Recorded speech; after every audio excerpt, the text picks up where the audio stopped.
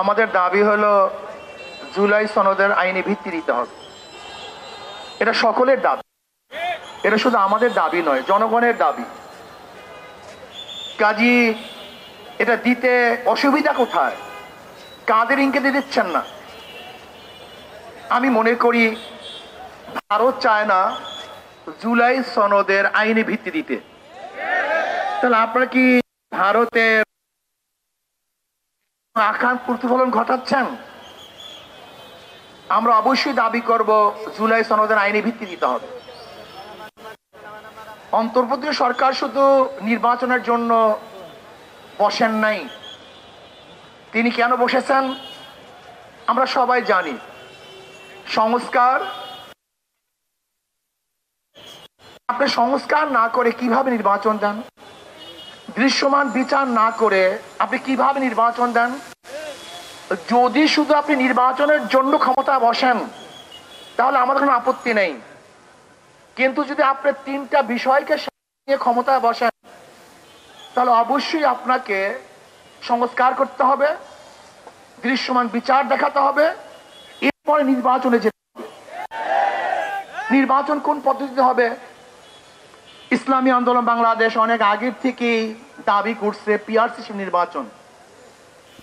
2008 ইসাই সালের নির্বাচন ইশতেহারে ইসলামী আন্দোলন বাংলাদেশে স্পষ্ট ঘোষণা করেছেন যে পিআর সিস্টেম নির্বাচন দিতে হবে।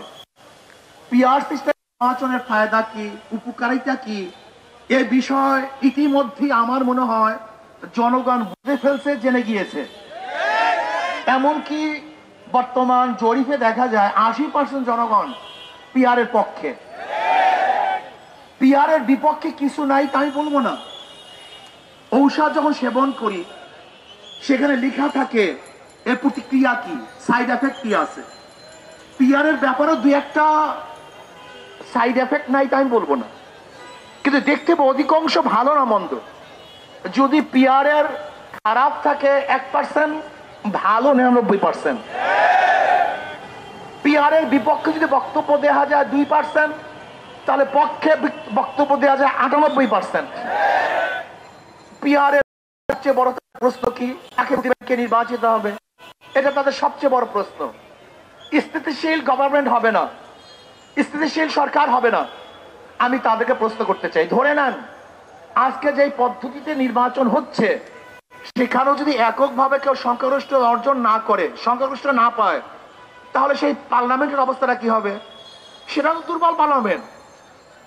যদি কোয়ালিশন সরকার গঠন করতে হয় সে পার্লামেন্টে তো দুর্বলই হয়। তাই বর্তমান পরিস্থিতিতে পদ্ধতিতেও হওয়া সম্ভব। আর পিআর সিস্টেমে নির্বাচন দিতে বিএনপির আপত্তি থাকারই কথা না, কারণ তাদের একজন উঁচু পর্যায়ের নেতা বক্তব্য দিয়েছেন যে 90% ভোট তাদের। যদি 90% ভোট তাদের হয় তাহলে তারা আসন পাবে 270-এর উপরে। বাস, তাতে এককভাবে সরকার গঠন করতে পারছে, সমস্যা কোথায়? বরং আর ঝামেলা মুক্ত সরকার গঠন করতে পারবে। পিআর সিস্টেম নির্বাচনের ব্যাপারে তো বিএনপি বক্তব্য দিয়েছেন, কি বলছেন? তিনি জাতীয় সংসদ গঠন করবেন। জাতীয় সরকারটা কিভাবে হবে আমাকে বলুন। সম্মিলিত যে সরকার হয় সেই সরকারটাই তো জাতীয় সরকার হয় না, একক সরকারকে জাতীয় সরকার বলা হয়। জাতীয় সরকার বলা হয়। আর পিআর পদ্ধতিতে তো সমস্ত দলের, সমস্ত মতের, সমস্ত আদর্শের মানুষগুলো সংসদে যাবে।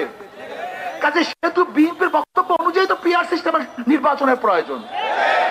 পিআর সিস্টেম নির্বাচনের সবচেয়ে বড় ফায়দাটা কি? ফ্যাসিস্ট তৈরি হবে না, পেশির শক্তি ব্যবহার করতে পারবে না, ভোট ছিনতাই হবে না, কারোর ভোট বিফলে যাবে না, পৌঁছবে না।